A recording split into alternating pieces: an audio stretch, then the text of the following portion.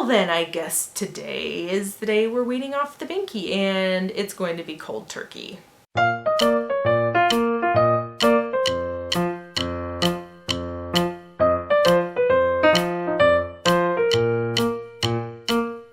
Hi guys, it's Amanda with Eat, Pray, Crunch, and welcome back to my channel. Today I am going to be talking about binky weaning. So let me start out by saying this is something that we actually did a few weeks ago. He was a couple months shy of turning 3. He was like 2 and 10 months, I believe. And this boy loved his binky. And let me tell you that binky weaning was something that my husband and I both were dreading since day one because our son loved his binky. It is a little relationship that he has had with his binky since he was about a week old, maybe 2 weeks old. We started him on the binky and he never looked back. We have some friends who we definitely look up to in their parenting style, and with their kids they had weaned off the binky at age 3. So that was kind of what our ultimate plan was. We knew that it was encroaching and it was coming. We weren't sure how we were going to do it. I had read all the different philosophies on how you can wean off a binky, but I was still dreading it. But then one day we noticed that he had started chewing all the way through his binkies. Like they were just hanging by a thread. You know, the little nipple part was just like, it was almost coming off. And at that moment we're like, oh, that is a major choking hazard. Thankfully he never bit one completely off, but there were one or two that were so bitten off that they were just about to come off. And I was just shuddering to think of what could have happened. Like if he had bitten one off completely in his sleep, he could have choked in his sleep. And that terrifies me. And so I was like, well then, I guess today is the day we're weaning off the binky, and it's going to be cold turkey. So that was how we made the decision on the timing and to do it, because it was just like we made it to this crossroads with the binky. Like it became a safety issue. All of a sudden we couldn't give it to him anymore because he was biting them off, and we didn't want our child choking in his sleep for obvious reasons. So it really forced us to just bite the bullet and do it right then, because we kind of had to.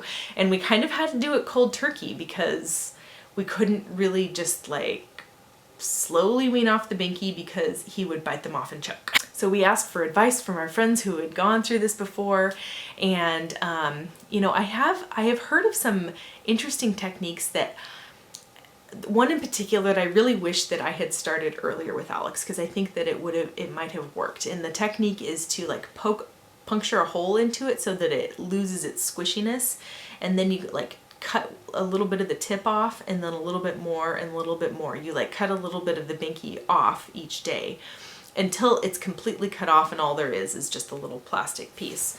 And I guess it's gradual enough that kids, you know, get used to the change slowly and gradually, and then it becomes a non-issue. And I thought, man, if I sure wish that I had read this like a year ago, because I probably would have tried that then. But we didn't, and this was the situation we were in. So we were left with the only option of going cold turkey, and we knew it was going to be painful. At the advice of our friends who had been through this before, they said that their kids, like that the first night when they went cold turkey, it was just god-awful, just a nightmare.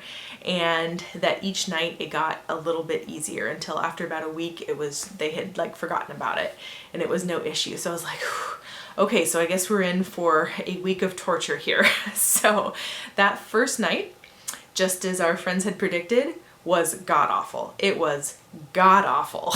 Like Alex was so beside himself. He was so upset. I mean, we talked to him. We didn't just take it away. Like we told him like, oh, the binkies are broken, because they are. That's true. We told him that he is a big boy now. I mean, I had been a little bit talking about like, oh, when you get to be 3 years old, we're going to say bye-bye, binky. So, I mean, I had prefaced it a little bit that way. So it wasn't just, you know, completely out of the blue for him.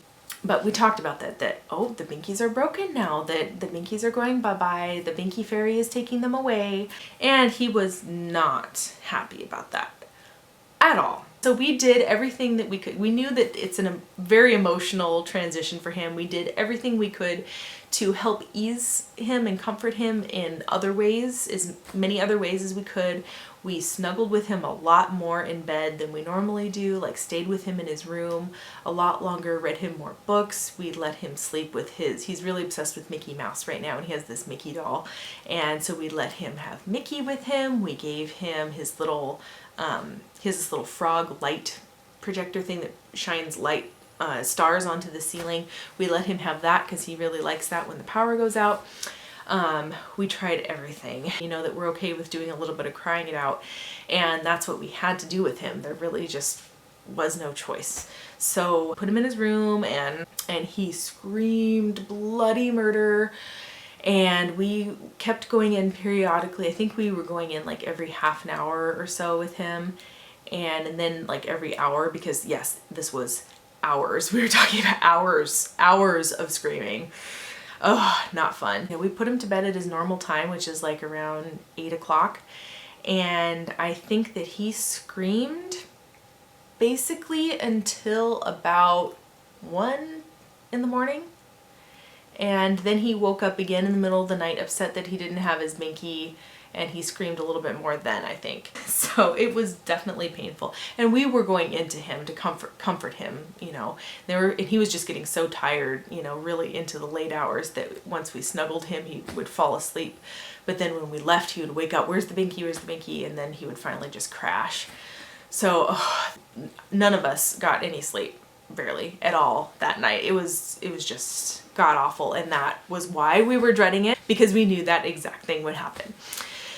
So we're like, oh God. So my husband actually had that night given him one of those soothies, but it's like the toddler kind that's like really durable. It's not the green ones. It's like the blue one that's like really tough.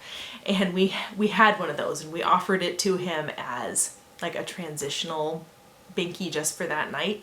And finally he accepted that one, and that's what got him to sleep through the rest of the night. Then he was tired the next day, which was actually to our advantage, because he learned that first night that he just wasn't going to get a binky.